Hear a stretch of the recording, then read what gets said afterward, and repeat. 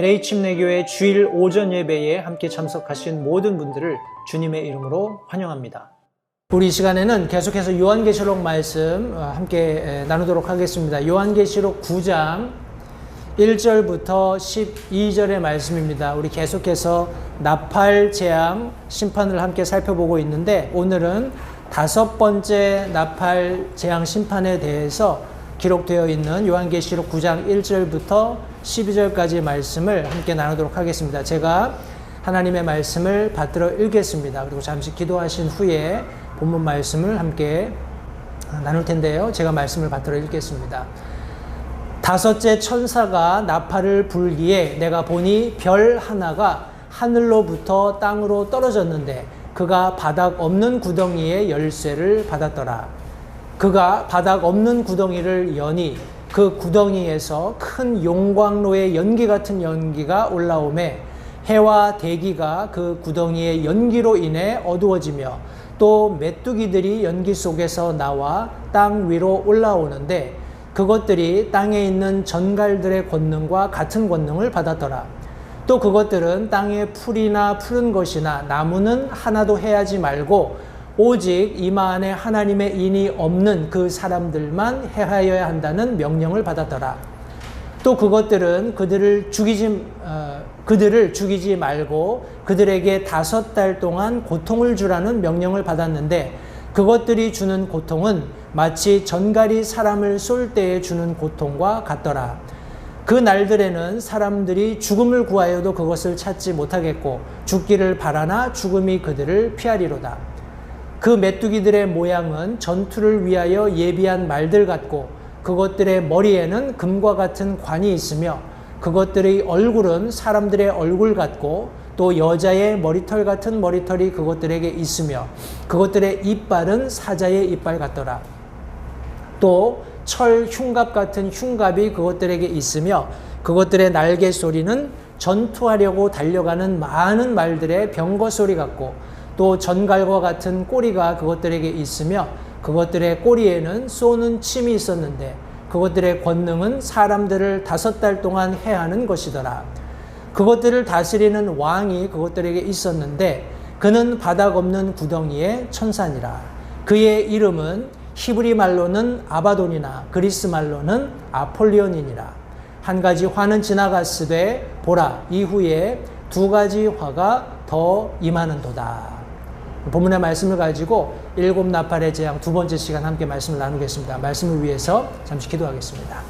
살아계신 아버지 하나님 감사합니다. 우리에게 살아있고 영원하고 불변하는 확고한 진리의 말씀을 주셔서 이 말씀 가운데 우리의 믿음의 뿌리를 두고 이 가운데서 살아갈 수 있는 또 자라날 수 있는 놀라운 특권을 허락해 주신 것을 다시 한번 감사드립니다.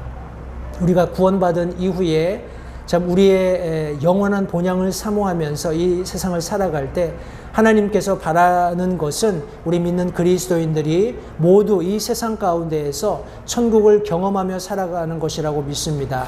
그러나 마귀 사탄은 끊임없이 이 세상이 마치 전부인 것처럼 우리의 시간과 노력, 정성을 다 이곳에 쏟아 부어서 허황된 허망한 것들을 뒤쫓도록 우리의 그런 관심들을 끌고 있습니다. 그러나 다시 한번 바라기는 우리 믿는 그리스도인들이 하나님의 말씀으로 되돌아가서 하나님의 말씀이 우리에게 무엇을 가르치시는지 명확히 그 말씀을 깨닫고 이해할 수 있도록 도와주시고 그런 믿음을 가지고 이 세상을 바라보면서 하나님께서 우리에게 주신 영적인 전쟁을 싸워서 이기는 그런 귀한 경험들을 할 수 있도록 또 그런 승리를 하나님 앞에 참 영광 돌리고 찬양 돌리는 수단으로 사용할 수 있도록 주님 도와주시기 원합니다.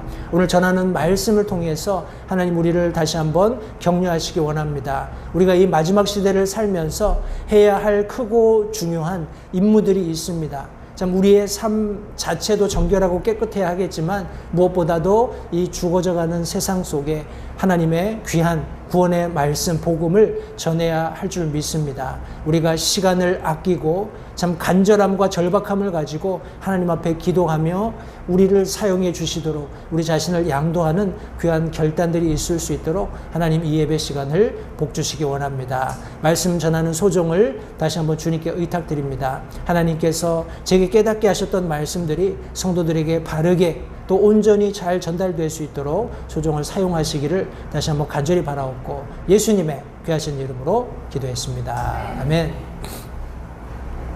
지난 시간에 저희들이 7나팔의 처음 4나팔 함께 말씀을 나누었습니다. 간단하게 요약하고 넘어갈 텐데 우리 첫 번째 나팔이 울렸을 때 피 섞인 우박과 불이 하늘로부터 떨어졌다라고 말씀드렸어요. 우리 계속해서 제가 똑같은 얘기를 반복합니다만 우리 인해 심판이 되었건 나팔 심판이 되었건 대접 심판이 되었건 이거는 사람들이 만들어낸 어떤 재앙이 아니라는 거예요. 그렇게 보이기도 합니다. 우리 나중에 제가 좀 설명을 드리겠지만 혹자는 이 무적행 바닥 없는 구덩이에서 올라오는 이 메뚜기의 모양을 이제 해석하기를 오늘날 무슨 아파치 헬리콥터 같이 그렇게 생긴 무엇인가가 사람들을 이렇게 해하는 거다 이렇게 이야기를 해요. 그런데 이거는 물론 성경 해석하는 부분에 있어서 어떤 부분은 비유적으로 묘사되어 있는 부분들이 있습니다. 우리가 과거에 이제 예수님 그 형상을 사도 요한이 보았을 때 이것과 같고 저것과 같고 하는 그런 내용들을 제가 여러 가지 실제 비유된 것들을 설명하면서 의미를 말씀드린 적이 있어요. 그런데 지금 여기 묘사하고 있는 이 재앙들에 있어서는 이것이 비유적이지 않고 실제적이다라는 것을 먼저 성도님들 기억하시기 바랍니다. 해서 첫째 나팔이 울릴 때 피가 섞인 우박과 불이 하늘로부터 떨어져서 우리 나무의 3분의 1이 불이 탔어요. 그죠? 그리고 모든 green grass, 푸른 풀들이, 초목들이 다 소멸되었습니다. 다시 말해서 굉장히 큰 재앙이죠.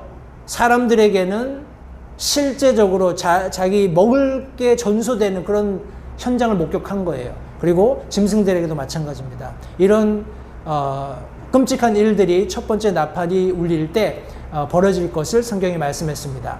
두 번째 나팔이 울릴 때 불타는 큰 산 같은 것이 바다에 던져져서 바다에 있는 생명이 있는 생물이 3분의 1이 죽고 3분의 1의 배들이 파괴되는 것, 그것을 설명을 드렸습니다. 마찬가지로 우리가 정확하게 불타는 산과 같은 것이 무엇인지는 정확히 알 수 없지만 그거는 거대한 아주 굉장히 크고 실제적으로 불이 붙어 있는 그런 어떤 대상이 바다에 던져지는 것을 의미한다는 것 기억하시고 세 번째 나팔이 울릴 때 큰 별이 하늘에서 떨어졌습니다. 이 별의 이름은 웜우드, 쑥이라는 그런 이름을 가지고 있었어요. 제가 나중에 조금 이 별에 대해서 설명을 드리겠습니다. 그런데 이 쑥이라는 쓴 어떤 물들에 대해서 쓴 영향력을 줄 수 있는, 그러니까 어떤 쓴 맛을 내게 하는 것이 아니라 그냥 그 쑥 자체로 변하게 할 수 있는 그런 독특한 어떤 요소를 가진 그런 별이 떨어졌고, 그것이 강들의 3분의 1 그리고 물의 샘들, 근원들에 떨어져서 그것을 쓰게 만들었고, 그것으로 인해서 사람들이 많이 죽었다라고 성경이 언급하고 있습니다. 그리고 네 번째 인을 뗄 때 우리 해와 달과 별들이 3분의 1이 타격을 받았다. 스마이튼 이렇게 성경이 묘사하고 있는데 하나님께서 그렇게 하셔서 3분의 1이 어두워졌어요. 이것이 어떤 결과를 초래할지는 상상할 수 없습니다. 그러나 틀림없이 이 지구상에 거하는 그 당시에 그 때에 존재하게 될 사람들에게는 굉장히 큰 화가 될 것이다 라는 것을 지난 시간에 우리가 함께 살펴보았습니다. 그러면서 우리가 지난 시간에 마지막으로 살펴봤던 것이 여기 8장 13절 마지막 부분에 이제 새 천사가 불게 될 또 다른 나팔 소리들로 인해 땅에 거하는 자들에게 화가 있으리로다. 세 번의 화가 있어요. 그런데 이것은 네 번의 물리적인 재앙과는 전혀 차원이 다른 겁니다. 때문에 독특하게 다시 한번 성경이 이 세 번 남아있는 나팔이 울려 퍼질 때 일어나는 일들에 대해서 그리고 우리가 읽었던 마지막 우리 9장 12절 말씀에서도 한 가지 화가 지나갔으니 보라 이후에 두 가지 화가 더 임하리로다. 그러니까 이 세 화는 이 하나님께서 쏟아부으실 이 재앙들은 전무후무한 것들이기 때문에 그렇습니다. 그리고 우리 11장 마지막 우리 14절 또 말씀에 마지막 나팔이 불기 전에 둘째 화는 지나갔으니 보라 셋째 화가 속히 임하리로다. 이 세 개의 남아있는 화에 대해서 독특하게 하나님께서 모두 아주 굉장하게 강조하고 계세요. 그래서 오늘은 특별히 이 세 개 남아있는 화 중에서 첫 번째 화를 우리가 살펴볼 텐데 그 말씀이 우리가 읽었던 본문 9장 1절부터 3절 말씀에 있습니다. 제가 다시 한번 말씀을 읽겠습니다. 다섯째 천사가 나팔을 불기에 내가 보니 별 하나가 하늘로부터 땅으로 떨어졌는데 그가 바닥 없는 구덩이에 열쇠를 받았더라. 그가 바닥 없는 구덩이를 여니 그 구덩이에서 큰 용광로의 연기 같은 연기가 올라오매 해와 대기가 그 구덩이의 연기로 인해 어두워지며 또 메뚜기들이 연기 속에서 나와 땅 위로 올라오는데 그것들이 땅에 있는 전갈들의 권능과 같은 권능을 받았더라. 성경이 말씀하고 있습니다. 다섯째 천사가 나팔을 붑니다. 이제 일어나는 일들을 쭉 묘사하게 되는데 여기 보면 별 하나가 하늘로부터 떨어졌다 그랬어요. 그죠? 우리가 아까 네 개의 그런 나팔을 불 때 일어났던 심판 중에 하늘에서 별이 떨어진 걸 우리가 함께 살펴보았습니다. 그 별의 이름이 뭐라고요? 쑥. 그죠? 웜우드. 쑥이라는 이름의 별이었어요. 근데 이 9장 1절이 말하고 있는 별과는 조금 차이가 있습니다. 그냥 간단하게 제가 설명을 드리면 8장 10절에서 얘기했던 그 웜우드, 쑥이라는 이름의 별은 그 별을 설명할 때 계속 인칭 대명사가 it였어요. it 아니면 the star 아니면 웜우드 뭐 이런 식으로 어떤 물질적 그러니까 실제 별이라는 거예요. 실제 물질이라는 거예요. 그런데 지금 우리가 읽고 있는 9장 1절 말씀에 이 별은 나중에 우리 마지막 11절에 보면 이 별의 실체가 나옵니다. 한 천사라고 언급이 되어 있어요. 그래서 이 별을 묘사할 때 계속해서 보면 여기 지금 1절 말씀에서도 그가 바닥 없는 구덩이의 열쇠를 가졌다. he라고 봤습니다. 그리고 to him, a king, whose, his 이렇게 해서 인칭 대명사가 우리 남성 그 3인칭 대명사를 사용하고 있어요. 따라서 이것은 물질이 아니라는 겁니다. 그냥 떨어진 별이 뭐 열쇠를 가지고 그게 아니라 그 하늘에서 떨어지는 그런 천사를 의미하고 있습니다. 조금 더 제가 이 부분을 설명드릴 텐데 지금 여기 바닥 없는 구덩이가 나와서 제가 그 부분을 조금 우리 성도님들과 나누고 나서 설명을 드리겠습니다. 제가 여기 그걸 빼먹은 것 같은데 우리 11절 말씀에 보면 11절 말씀에 이 바닥 없는 구덩이에서 나중에 메뚜기 같이 생긴 것들이 막 나오잖아요. 그런데 11절에 보면 그것들에게 왕이 있다라고 설명하고 있어요. 이 메뚜기 같은 나오는 무적행에서 나오는 메뚜기 같은 것들에게 왕이 있는데 그 왕의 이름이 있습니다. 그 무적행의 열쇠를 가지고 있었던 그 천사에게 이름이 있는데 이름이 히브리 말로는 아바돈이고 그리스 말로는 아폴리온이에요. 제가 주보에는 적어 놓았는데 우리 아바돈이라는 말은 destroying angel입니다. 다시 말해서 파괴하는 천사라는 의미를 가지고 있어요. 그리고 우리 그리스 말 아폴리온은 destroyer입니다. a destroyer, 파괴자라는 거예요. 다시 말해서 마귀 사탄을 의미합니다.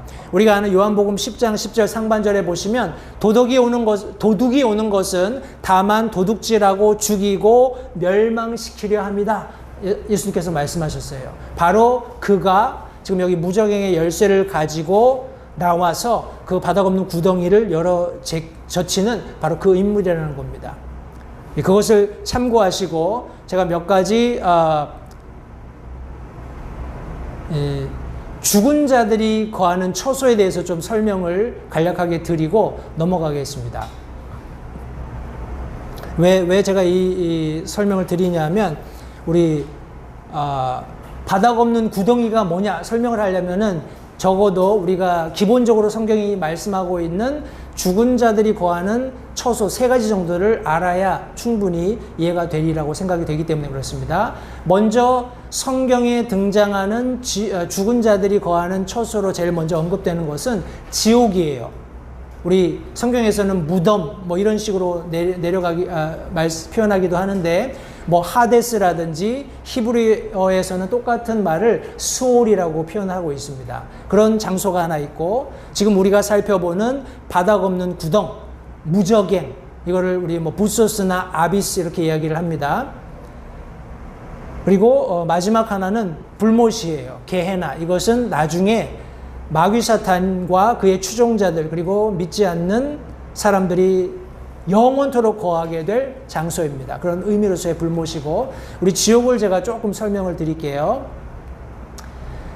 지옥은 일단 죽은 사람이 가는 장소로서 성경이 말씀하고 있는데 누가복음 16장에 보면 부자와 거지 나사로 얘기가 나오죠. 부자와 거지 나사로가 나오는데 나중에 이들이 다 죽습니다. 죽어서 나중에 부자가 눈을 떠보니까 나사로가 어디에 있어요? 아브라함의 품에 안겨 있고 자기는 지금 불 가운데에서 고통 중에 신음하고 있는 자신을 발견했습니다. 그래서 아브라함에게 요청하죠. 나사로를 보내서 물 끝에 물 한 방울을 적셔서 내 혀를 좀 서늘하게 해서 내 이 고통을 좀 감해달라고 이야기합니다. 그때 아브라함이 하는 얘기가 그렇게 할 수 없다라는 거예요. 우리 이 넓은 이 걸프라고 돼 있는데 넓은 그 구렁이 우리 사이에 놓여 있어서 그렇게 할 수 없다라는 그런 장면을 성도님들 아마 기억하실 겁니다. 그런데 이런 말씀들을 쭉 우리가 살펴보면서 이해할 수 있는 것은 이 무저갱을 기준으로 해서 낙원과 지옥이 존재했다라는 겁니다. 무저갱을 기준으로 해서 낙원과 지옥이 존재했었는데 나중에 제가 조금 더 설명을 드릴 때 추가하겠습니다만 이사야서 말씀에 보면 14장 말씀에 우리 바벨론 왕에 대해서 대언하면서 이제 계명성이라는 칭호를 쓰잖아요. 그래서 사탄에서 1차적으로는 우리 바벨론 왕이었지만 우리 그 감추어진 의미가 마귀 사탄을 의미하고 있는 겁니다. 자고하여서 타락한 그런 사탄을 설명하는 그런 이중적인 그런 대언의 말씀을 하는 과정 가운데 우리 무저갱의 연면들로 간다 그런 표현을 썼어요. 그러니까 이 묘사는 물론 그 말씀 속에 1차적으로 설명하고 있는 바벨론 왕이 그렇게 될 거라는 거예요. 이 구덩이의 옆면들, 다시 말해서 이 하데스, 수올이라는 곳으로 죽으면 가게 된다라는 겁니다. 때문에 이런 무저갱을 기준으로 해서 이 걸프를 기준으로 해서 낙원과 이 지옥이 존재하는데 예수님께서 부활하시면서 이 낙원에 있던 사람들을 다 데리고 가셨기 때문에 지옥이 확장될 수 있는 거죠. 그죠? 지역이 확장될 수 있다. 그런 정도로 이해를 하시고 계속 제가 말씀을 설명하면서 조금 더 추가적으로 설명을 드리겠습니다. 그리고 두 번째 나오는 것이 무저갱인데 이 무저갱은 사람이 가는 데가 아니에요. 이 무저갱 아비스는 악한 영들이 거하는 처소입니다. 우리 누가복음 8장 31절 말씀해 보시면 무덤 가운데 거했던 약한 영 들린 사람 이야기 기억나세요? 사람들이 그를 쇠사슬로 묶어놨는데 그가 아무 소용이 없었어요. 왜냐하면 그걸 다 끊어버리니까. 그래서 나중에 예수님께서 내 이름이 무엇이냐 물어봤을 때 우리가 많아서 군대입니다 이렇게 이야기를 하죠. 그런데 예수님께서 그 사람에게서 나오라고 이미 말씀하셨기 때문에 이 마귀들이 이 악한 영들이 굉장히 두려워 떨었습니다. 그러면서 예수님께 간청했던 내용이 무엇이냐면 그분께서 깊음 속으로 들어가라고 자기들에게 명령하지 마실 것을 구했다 말씀하고 있습니다. 여기 지금 성경이 말씀하고 있는 이 깊음 속이 바로 이 무저갱이라는 거예요. bottomless pit, 영어로 bottomless pit이라고 되어 있는데 바로 이 무저갱으로 자기들을 보내지 말라는 겁니다. 어떤 곳이 되었든지 거기만 아니면 괜찮다라는 거예요. 그래서 결국 예수님께서 그들이 돼지떼로 들어가도록 허락하셨고 2,000마리가 넘는 돼지들이 그냥 바닷물 속으로 빠져 죽는 그런 일이 있었죠. 우리 성경에 보면 타르타로스라는 말이 딱 한 번 나옵니다. 그게 베드로후서 2장 4절에 나오는데 이것은 하데스의 가장 깊은 곳, 지옥의 가장 깊은 곳이에요. 베드로후서 2장 4절 말씀해 보시면 하나님께서 죄를 지은 천사들을 아끼지 아니하사 지옥에 던지시고 어둠의 사슬에 넘겨주어 심판 때까지 예비해 두셨다라고 나옵니다. 이와 유사한 말씀이 유다서 6절에 있는데 자기들의 처음 신분을 지키지 아니하고 자기들의 거처를 떠난 천사들을 큰 날의 심판 때까지 영존하는 사슬로 묶어 어둠 밑에 예비해 두셨다라고 말씀하고 있어요. bottomless pit. 그러니까 이 두 지옥과 우리 bottomless pit 아니면 바닥 없는 구덩이를 연결해 보면 이것들이 연결되어 있는 듯한, 그죠? bottomless pit의 사이드로 지옥이 있는 그런 모습을 아마 성도님들 상상하실 수 있을 겁니다. 어떤 모양으로 이것들이 위치해 있든지 구원받은 우리 그리스도인들에게는 상관없는 장소입니다. 그러나 우리 기본적으로 성경이 말씀하고 있는 죽은 자들이 거하는 처소로서 지옥이 있고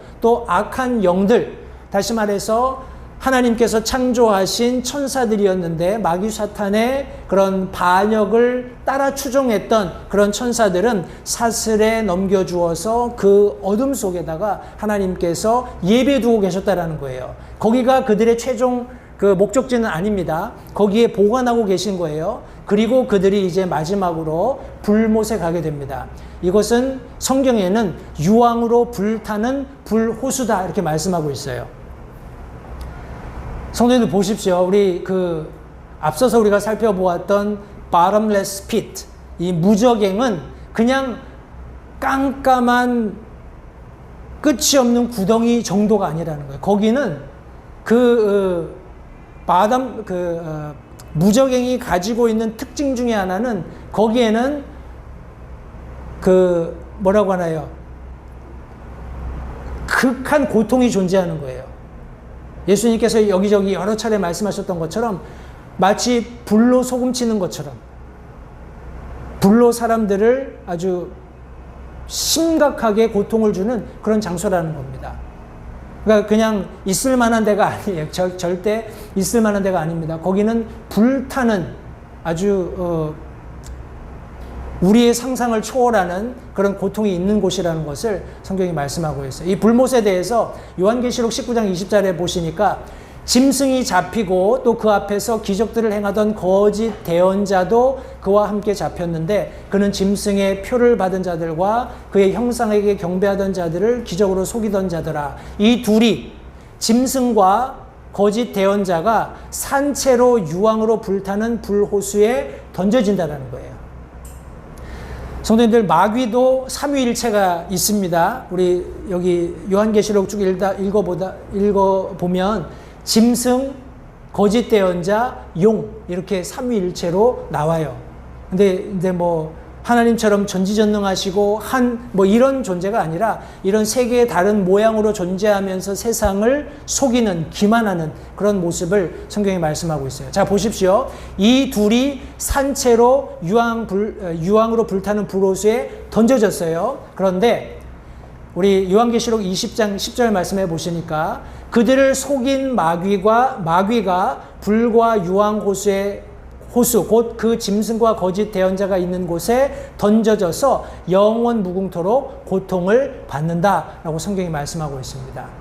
거짓 대언자와 짐승이 산채로 던져진 그곳에 이 마귀가 던져져서 영원 무궁토록 고통을 받는다라는 말씀이에요.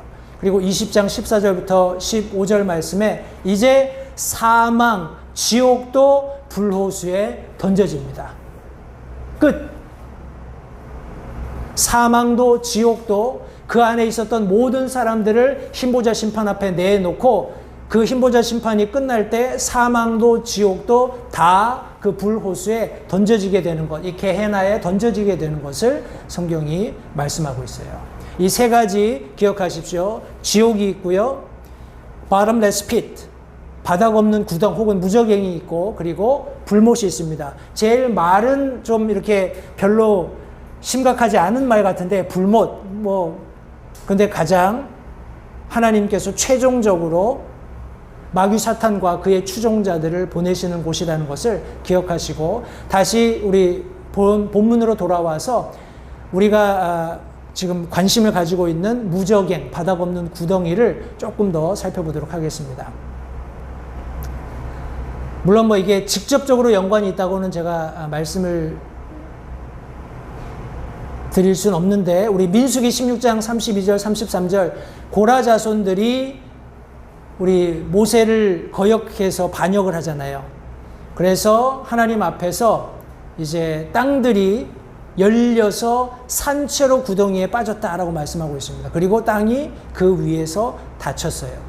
그러니까 물론 이 사람들이 이 무저갱으로 빠지지는 않았을 거예요. 그런데 땅이 입을 열어서 무저갱이 있는 그 통로를 통해서 아마도 지옥으로 가지 않았을까 생각을 하는데 성도님들 이 무저갱이 열리는 어떤 입구가 이 땅 가운데 존재할 거예요. 그죠? 왜냐하면 실제적으로 마귀 사탄이 그것을 열었으니까.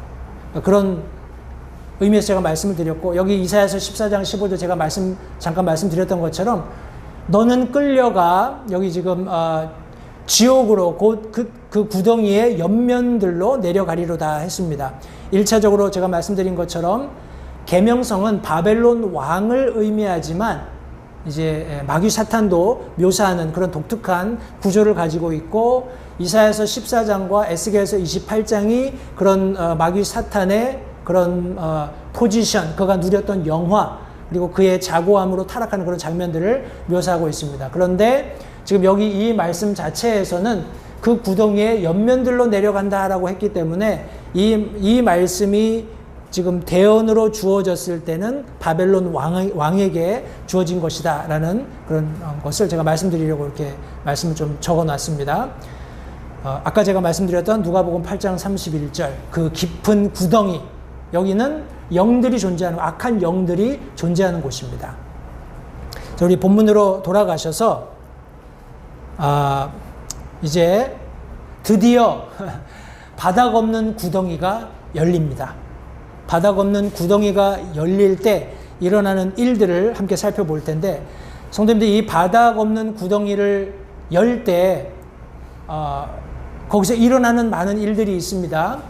여기 말씀해 보시면 그가 우리 하늘에서 떨어졌던 별 마귀 사탄 하나님께서 허용하셨기 때문에 그가 열쇠를 가지고 왔어요. 왜냐하면 그 열쇠는 누구에게 속한 겁니까? 그 열쇠는 누구에게 속한 거죠? 예수님께 속한 거예요. 우리 요한계시록 1장 한번 보십시오. 요한계시록 1장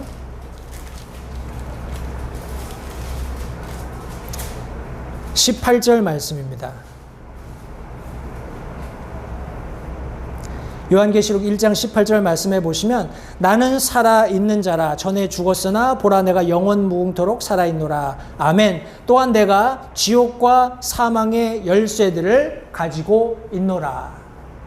지옥과 사망의 열쇠들을 누가 가지고 계시다고요? 예수님께서 가지고 계신 거예요. 그분께서 허용해 주셨기 때문에 마귀 사탄이 이 끝없는 바닥 없는 구덩이를 열 수 있었던 것을 성경이 말씀하고 있습니다. 그리고 여러 가지 내용의 말씀들이 있는데 조금씩 천천히 살펴보도록 하겠습니다.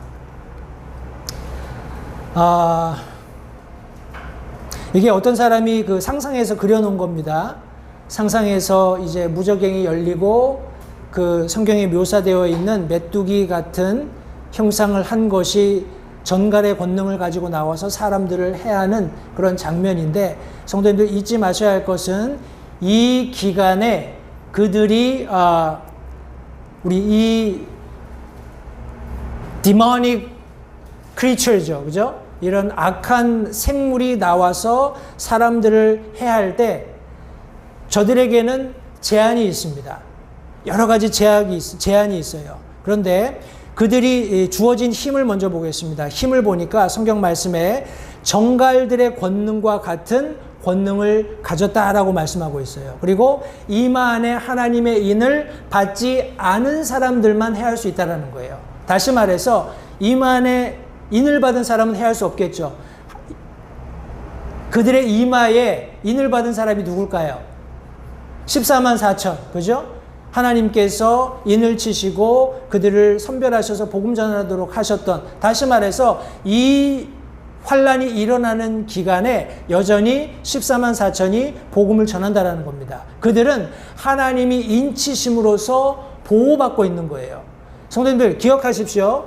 저와 여러분들도 동일하게 이 마지막 시대에 하나님의 인을 받아서 보호받고 있다는 거예요. 세상은 끊임없이 우리가 그렇지 않다고 이야기합니다. 너희들이 뭐가 달라? 너희들이 믿는 교회가 뭐가 특별해? 너희들이 믿는 말씀이 뭐가 특별해? 그렇게 이야기하죠. 그리고 실제적으로 우리의 삶에서 일어나는 일들을 볼 때 그런 것처럼 보여질 때가 있습니다. 그러나 잊지 마십시오. 이때는 물리적인 팩트예요. 사실입니다. 사람들이 보게 돼요.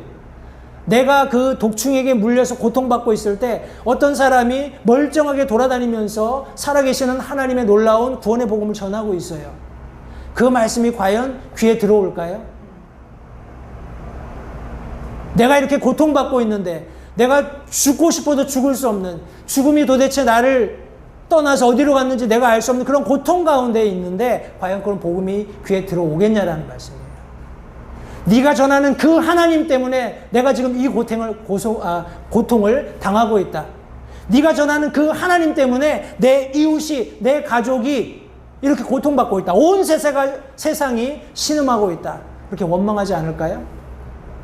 성도님들, 그 때와 지금 우리가 살고 있는 이 시대를 비교한다면 저와 여러분들은 너무나 뭐라고 할까요? 편안한, 그리고 너무나 마땅한 그런 복음 전하는 사역을 해야 하는 시대를 살고 있다고 저는 개인적으로 생각을 합니다.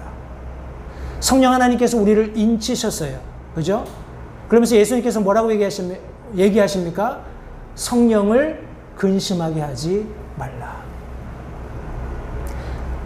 제가 이제 나중에 조금 더 말씀을 드리겠습니다만, 성도님들 보세요.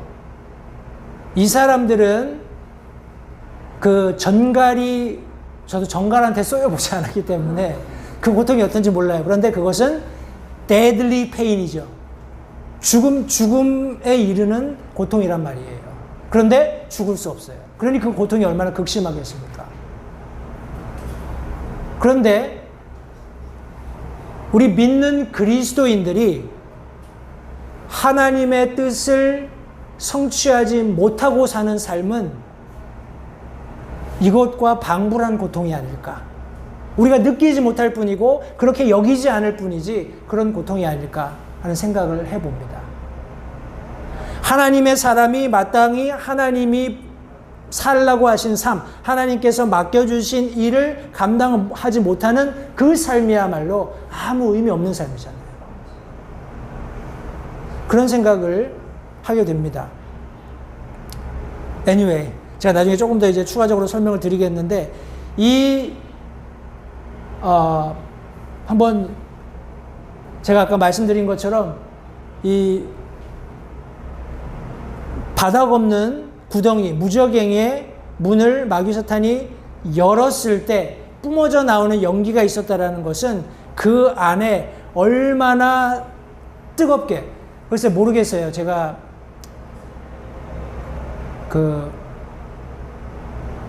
달리 제가 설명드릴 방법이 없어요. 이제 시뻘건 용광로가 타고 있을 때 그것을 잠시 덮었다가 그것을 어느 정도 시간이 지나서 확 열면, 그죠? 물론 불이 올라오긴 하겠습니다만 그 압축되어 있는 불완전 연소죠. 불완전 연소되어 있는 그 가스들이 확 올라오는 거잖아요. 그러니까 이게 제 생각에는 그림이 유사하게 맞는 것 같아요. 허연 연기가 아니라 이렇게 시꺼먼 연기들이 올라와서 해를 가리고 대기들을 감싸는 그런 이런 음침한 그런 상황 속에서 해괴망측한, 나중에 제가 좀 구체적으로 보여드리겠습니다만, 그런 영적인 그런 짐승들이 올라오면서 나한테 다가온다고 하면 상상해 보세요. 별로 상상해 보고 싶지 않지만 그런 일들이 이 날에 일어나게 된다라는 것입니다. 그런데 여기 그들에게 금지된 것이 있었어요. 뭐가 금지되었냐면 푸른 것, 그리고 나무는 해하지 못하겠다라는 거예요. 습성이 메뚜기와 유사하죠. 그죠? 습성이 메뚜기와 굉장히 유사합니다. 그런데 그들에게 풀이나 나무나 푸른 것을 해치지 못하도록, 그리고 사람들을 죽이지 못하도록, 달리 얘기하면 죽일 수 있다라는 거예요. 이 악한 생물들이 올라와서 사람들을 죽일 수 있지만 죽이지 못하게 했다라는 겁니다. 단지 다섯 달 동안 전갈의 고통 같은 고통으로 사람들을 고통 줄 수 있게 그렇게 허용이 되었다라는 것. 성도님들, 제가 계속 언급을 드리지만 이것들은 악한 영적인 존재들이에요. 그러니까 피할 수 있을까요? 없을까요? 땅 파고 굴 파고 무슨 안전한 쉘터를 만들고 그 안에 숨어 있다고 해서 이것들이 못 찾고 내가 보호받는 게 전혀 아니라는 거예요. 사람들은 그런 생각을 하죠. 해서 핵폭탄이 일어나도 자기는 안전하게 지하에다가 만들어 놓고 아무 소용 없습니다.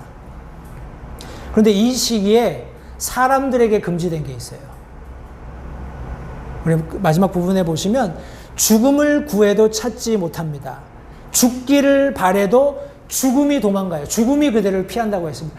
이게 상상이 되세요? 내가 죽고 싶어도 죽을 수가 없어요. 내가 죽음을 찾아도 죽음이 도망간다라는 거예요. 다시 한번 성도님들, 우리가 살고 있는 이 시대에도 죽음이 항상 최악이 아니라는 거 기억하시기 바라요. 그리스도인들이 그리스도인의 본질을 다하는 것, 하나님의 말씀대로 살아가는 삶, 그것이 저와 여러분들이 이런 어떤 다가올 날들을 보면서 깨달아야 하는 원리라고 믿습니다. 이제 전갈들의 권능을 받은 우리 메뚜기 같은 이 생물이 뭔지를 제가 조금 설명을 드릴 텐데, 7절부터 있는 말씀에 보시면 메뚜기들의 모양에 대해서 쭉 설명이 되어 있어요. 전투를 위해 예비한 말들 같고, 머리에는 금과 같은 관이 있고, 얼굴은 사람 얼굴이고 여자 머리털 같은 머리털이 있고, 이빨은 사자 이빨 같았다. 철 흉갑 같은 흉갑이 그것들에게 있고, 날개 소리가 전투하려고 달려가는 많은 말들의 병거 소리 같고, 전갈과 같은 꼬리가 그것들에게 있고, 그것들의 꼬리에는 쏘는 침이 있어서 사람을 다섯 달 동안 해치는 권능을 가지고 있다. 이렇게 묘사하고 있습니다. 우리 한국말로 메뚜기라고 그러면 이 영어로 성경이 기록하고 있는 이 로커스가 포함된 그라스호퍼까지 다 이야기를 합니다. 그러니까 그라스호퍼라는 것과 성경이 말씀하는 로커스트는 다른 거예요. 엄밀하게 얘기하면 이제 어떻게 다르냐면 메뚜기, 우리가 이렇게 논밭에 가면 이렇게 메뚜기들 있잖아요. 그런 메뚜기들은 군집 생활을 하지 않고 이주를 하지 않습니다.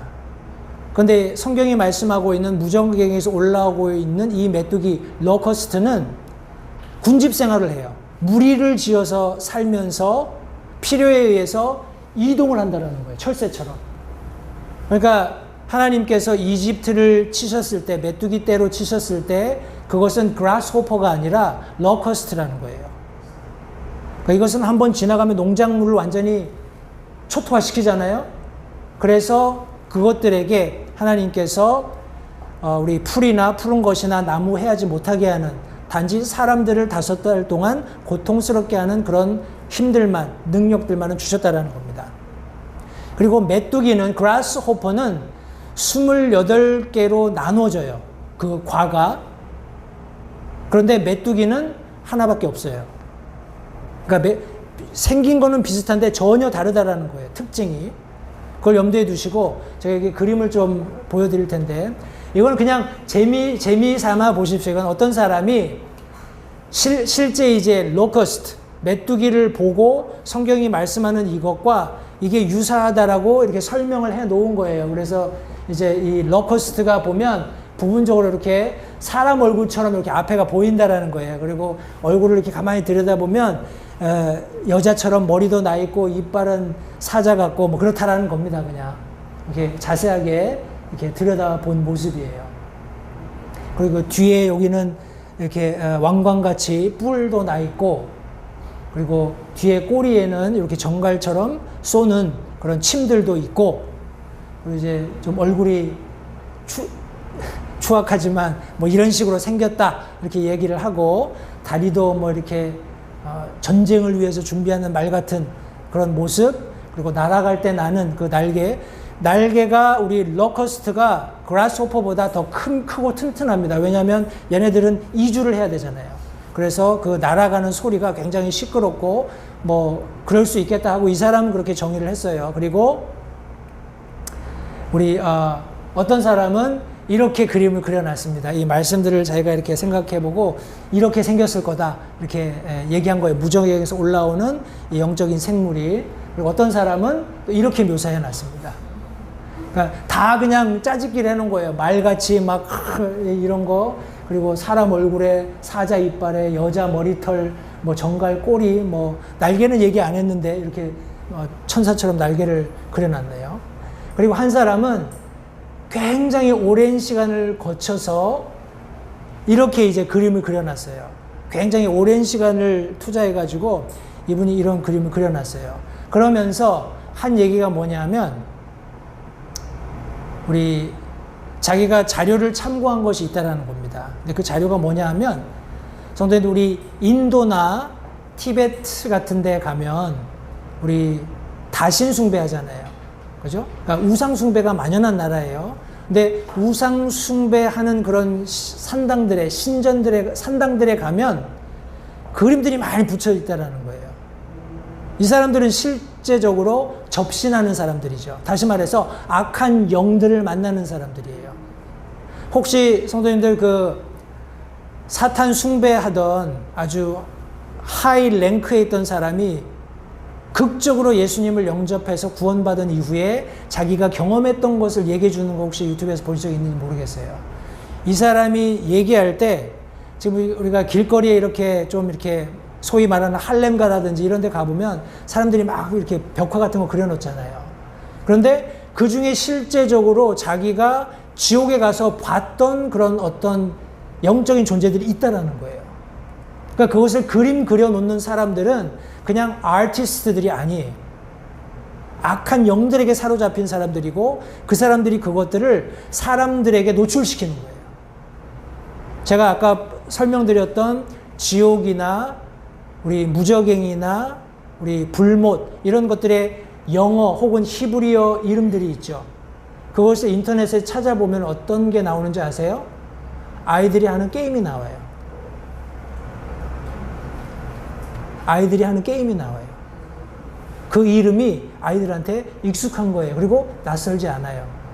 그리고 디모닉 그런 캐릭터들을 가지고 그것에게 계속 힘을 부여하고 내 시간을 투자해서 아이들이 자기들을 이제 컨커링 하는 거죠. 가서 싸우고 이기고 막 랭크가 올라가고 막 이렇게 되는 거지만 이 아이들 머릿속에다가 그런 실제하는 악한 영들의 세계를 심는 거예요. 아이들이 이제 전혀 낯설지 않은 거예요. 그런 이름들이. 지옥, good place. 왜냐하면 자기가 게임을 했던 캐릭터고 거기서 자기가 막 랭크를 올라갔던 게 거기 때문에 not bad.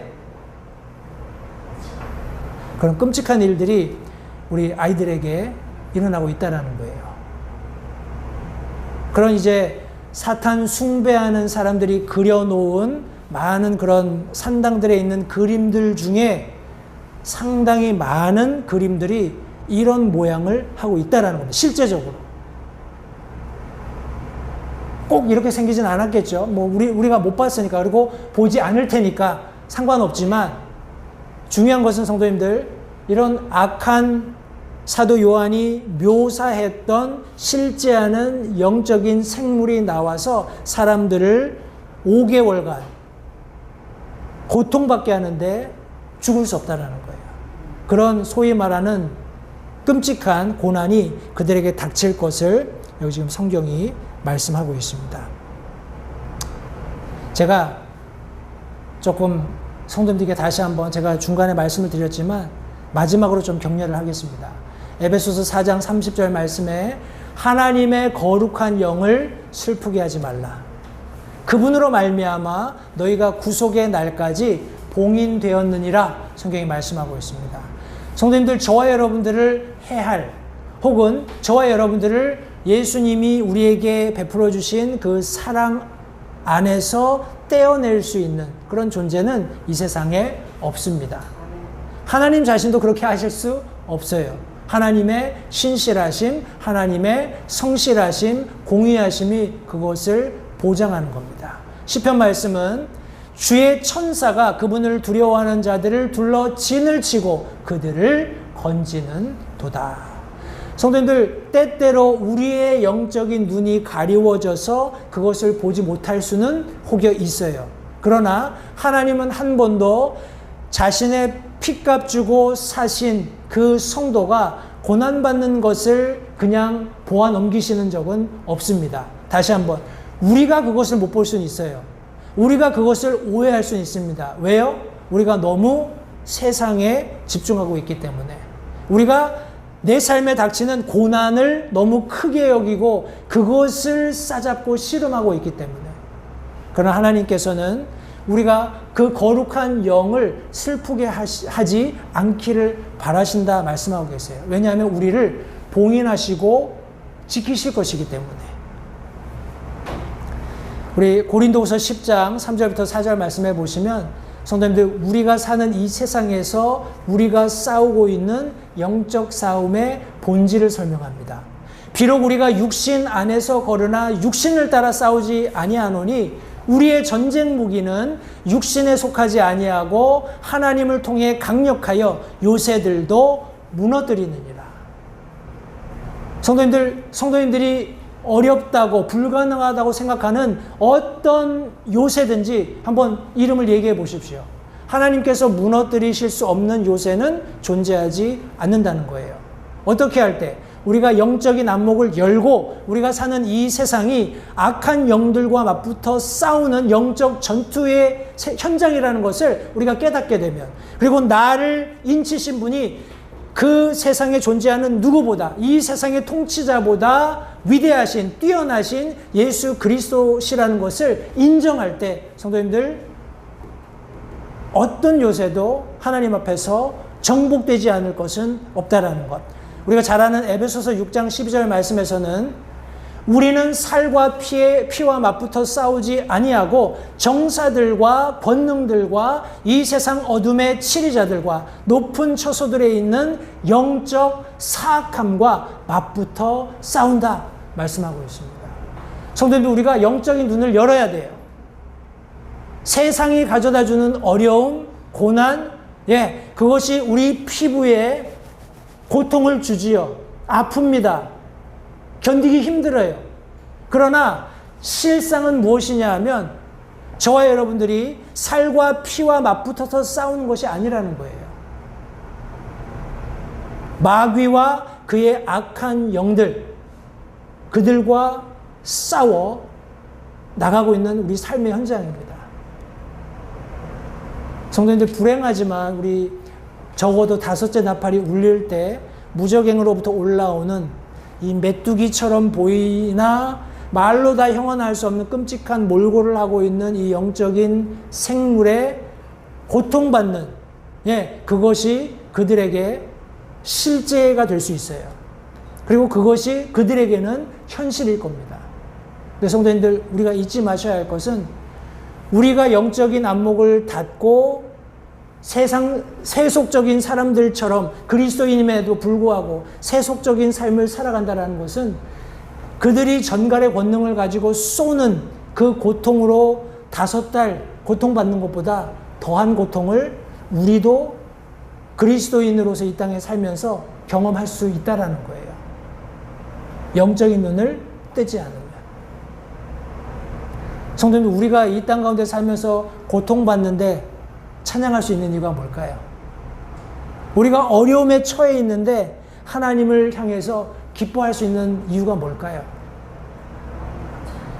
우리가 구원받았고 우리가 가야 할 본향이 있기 때문에 그래요. 삶의 목적을 찾았고 삶의 결말을 알기 때문에 그렇습니다. 우리가 그 가운데 있는 그 삶을 살고 있는데 사도 바울의 말이 사실 굉장히 도전이 됩니다. 성도님들 그 말씀에 의하면 사도 바울이 내 안에 사시는 분이 그리스도시기 때문에 내가 죽는 게 이득이라는 거예요. 상상이 가세요? 그리스도께서 내 안에 사시기 때문에 내가 죽으면 나는 그리스도께로 간다라는 거예요. 그런데 이게 이 교회들을 보니까 교회들 때문에 자신이 있어야 된다는 거예요. 하나님이 그런 부담을 주시니까 내가 이 땅에 있게 된다면은 이건 그냥 너희들을 위한 거다. 그리고 내 이 수고하는 모든 노력의 보상이 바로 그거다. 그런 열매를 자신의 삶에서 채우고 있다라는 거예요. 성도님들, 과연 우리가 그런 말 할 수 있을 만큼 그렇게 하나님의 영광을 위해서 살고 있는지. 사도 바울은 얘기하거든요. 그것이 정말 나의 earnest expectation이라고 그래요. 내가 정말 솔직하게 기대하는 거고, 그리고 my hope, 내 소망이다. 내 삶 가운데서 어떻게 하든지 하나님을 영화롭게 하는 것, 하나님께 영광 돌리는 것. 그런 삶을 살다가 사도 바울이 자신의 삶의 마지막 때가 되었을 때 했던 말이, 내가 내 안에 사는 것이 그리스도이기 때문에, 그렇게 지금까지 살아왔기 때문에 내가 죽는다면 이것은 나한테는 이득이다라는 거예요. 게인. 성도님들, 저와 여러분들도 언젠가 이 세상을 떠날 겁니다. 그죠? 이 세상을 떠나게 되는 순간 우리는 하나님 앞에, 예수 그리스도 앞에 서게 됩니다. 그때 우리가 어떻게 그분을 배워야 할 것인지 성도님 다시 한번 우리 자신을 되돌아보시면 좋겠어요. 우리 2개의 나팔이 더 남았습니다. 이 나팔에 대해서 12절 말씀에 한 가지 화는 지나갔으니, 정말 하나님이 얼마나 안타까우실까요? 4개의 물리적인 나팔을 통해서 재앙을 이 땅 가운데 주셨고, 이제 영적인 생물이 나와서 사람들을 5달 동안 해하는, 사망도 그들을 피해가는, 구해도 찾지 못하는 그런 상황을 지나보내면서 이제 겨우 한 가지 화가 지나간 거야. 이후에 2가지가 더 남았다. 성도님, 이것은 어떤 의미에서는 하나님의 안타까운 토로입니다. 제발 이 말씀을 읽으면서, 들으면서 이 세상이 깨달을 수 있기를, 또 믿는 그리스도인들이 도전받을 수 있기를 지금 간곡히 부탁하시는 거예요. 성도님, 저와 여러분들이 할 일이 너무나 자명해졌습니다. 더 힘써서 복음 전하는 우리 모두가 되었으면 좋겠습니다. 계속해서 다음 시간에 이 7나팔의 재앙 남아있는 우리 한두 가지 더 살펴보게 될 텐데, 돌아오는 한 주간 성도님들 계속 이 말씀을 묵상하십시오. 그냥 제가 이제 여러 가지 그림들을 많이 보여드리고 싶었던 그런 욕심도 있었는데, 그렇게 하면 그런 것만 계속 머릿속에 잔상에 남을 것 같아서 제가 그냥 몇 가지만 추려서 보여드렸고요. 그러나 앞서서 계속 제가 강조하고 말씀드린 것처럼 우리가 믿는 그리스도인, 저와 여러분들이 부재한 상태에서 하나님께서 선정하신 14만 4천이 나가서 복음을 전하는 그 와중에 이 땅 가운데 실제적으로 일어날 일입니다. 성도님들, 내가 사랑하는 사람이 그런 끔찍한 결말을 맞이하는 거 원치 않잖아요. 어떻게 하든지 성도님들 복음을 전하고 그들이 예수님 영접할 수 있도록, 혹 구원받은 성도들이라면 진리의 말씀 가운데에서 말씀을 통해서 오늘 내가 어떤 삶을 살아야 하는지 깨닫고 그렇게 살아갈 수 있도록 우리가 먼저 기도해야 되겠고요. 그렇게 할 수 있도록 돕는 그런 역할을 우리가 잘 감당해야 하겠습니다. 그럼 복된 한 주 다들 보내시기 바라고요. 날씨 무더운데 특별히 건강 유의하십시오. 기도하겠습니다. 살아계신 아버지 하나님 감사합니다. 오늘 복된 주일 사랑하는 성도들과 함께 하나님의 복된 말씀 나누었습니다. 이 말씀이 분명히 진리이고 사실이기 때문에 우리 7년 환란이 시작된 이래로 이와 같은 우리가 살펴보고 있는 많은 재앙들이 하나님께로부터 이 땅 가운데 쏟아질 것을 믿습니다. 하나님, 그러나 그날이 도래하기 이전에 우리에게 주신 그런 그리스도인의 본분을 우리가 잘 기억하고 또 그런 합당한 삶을 삶으로써 이 땅 가운데 잃어버린 영혼들이 참 저들의 생애 가운데 예수님을 영접하고 또 하나님께서 원하시는 삶을 살면서 저들의 상급을 쌓아 주님 배울 때 잘했다고 칭찬받을 수 있는 그리스도인들로 참 살아갈 수 있도록 저와 우리 사랑하는 성도들을 주님 사용해 주시기 원합니다. 다시 한번 주신 말씀을 통해서 우리가 결단하고 새로운 삶을 살아가기 원하는데 초청 시간을 복되게 하시기 원하며 예수님 이름으로 기도했습니다. 잠시 들으신 말씀에 따라 결단하는 시간을 가지시기 바랍니다. 하나님께서 무엇을 말씀하시든지 따르기로 결단하십시오. 하나님께서는 순종하는 자들을 존중하십니다.